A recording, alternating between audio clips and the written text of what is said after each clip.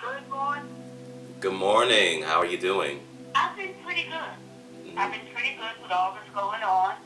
And I know that it's hard for some kids to get on. It's hard to get some kids to be away. And some kids want to be away from their parents. Yeah.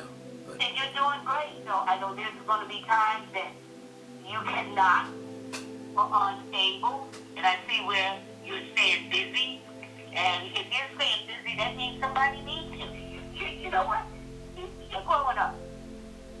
I have to let you go, and it's not easy, and it's not easy for you, but you're growing up. And there's a lot you got to learn. And I said, Lord, let him go about and get it.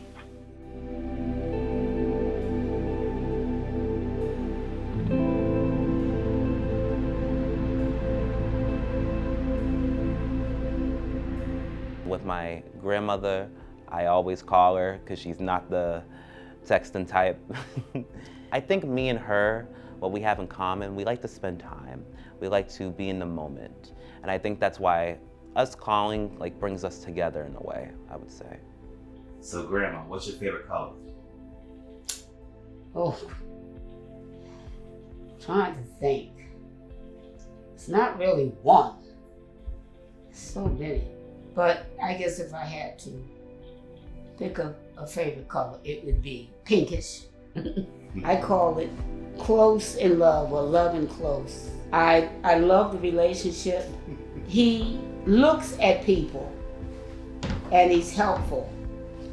When he needs to be strong, he's strong in his demeanor of getting through. But when he needs to be kind and encouraged, that's the way he is. And that's the way I am. And me and him, we love to talk. Leaving home for the first time, it didn't settle in until I got there.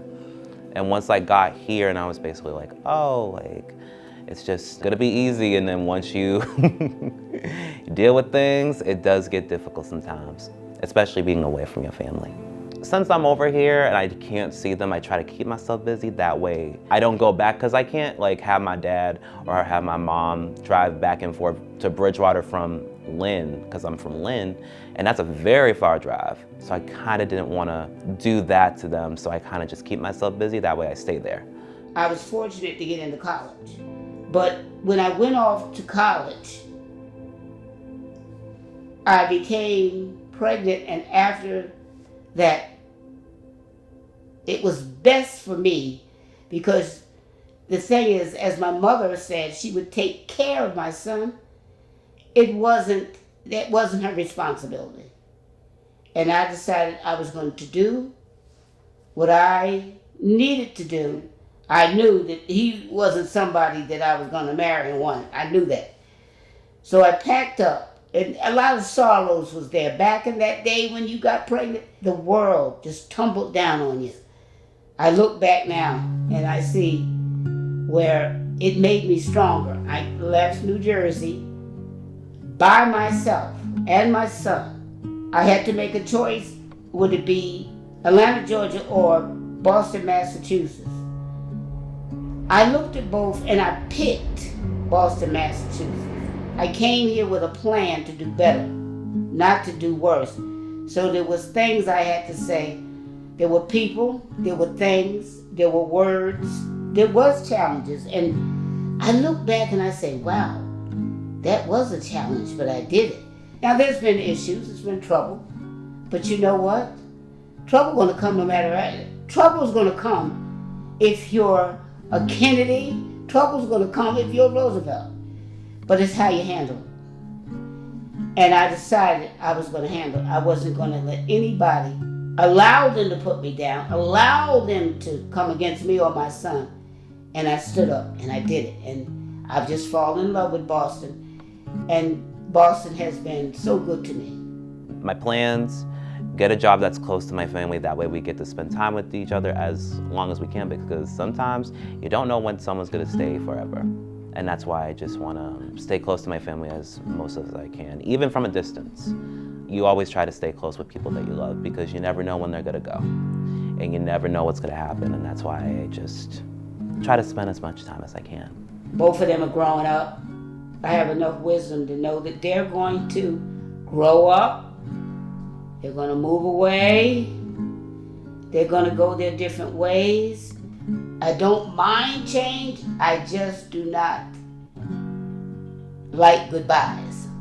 I don't like goodbyes, but I like change. It taught me to enjoy what you have for the moment, because it's going, and I've learned that it's going to change. I have a surprise. Yay. You won the $1 million lottery? No. No. Do you want to close your eyes? Here you go. Oh. Nice. And also this as well.